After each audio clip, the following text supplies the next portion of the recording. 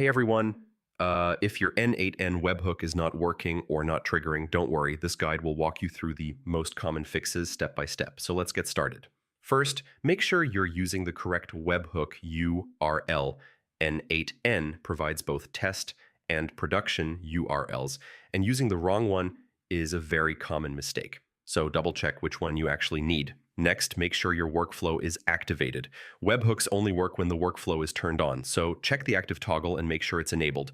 Now test the webhook properly. If you're using the test URL, you need to click Execute Workflow first, then send the request. If you skip this step, n8n won't capture any incoming data. Also, check your server and port. If you're running n8n locally, make sure your server is running and accessible. In some cases, you may need to expose your local server using a tunneling service so external requests can reach it. If it's still not working, check the logs.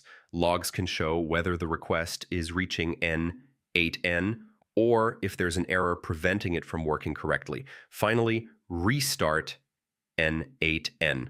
Stop the service completely, then start it again. This can fix temporary issues with webhook triggers. And that's it. That's how you fix n8n webhooks not working and get your automation running smoothly again. Hey everyone,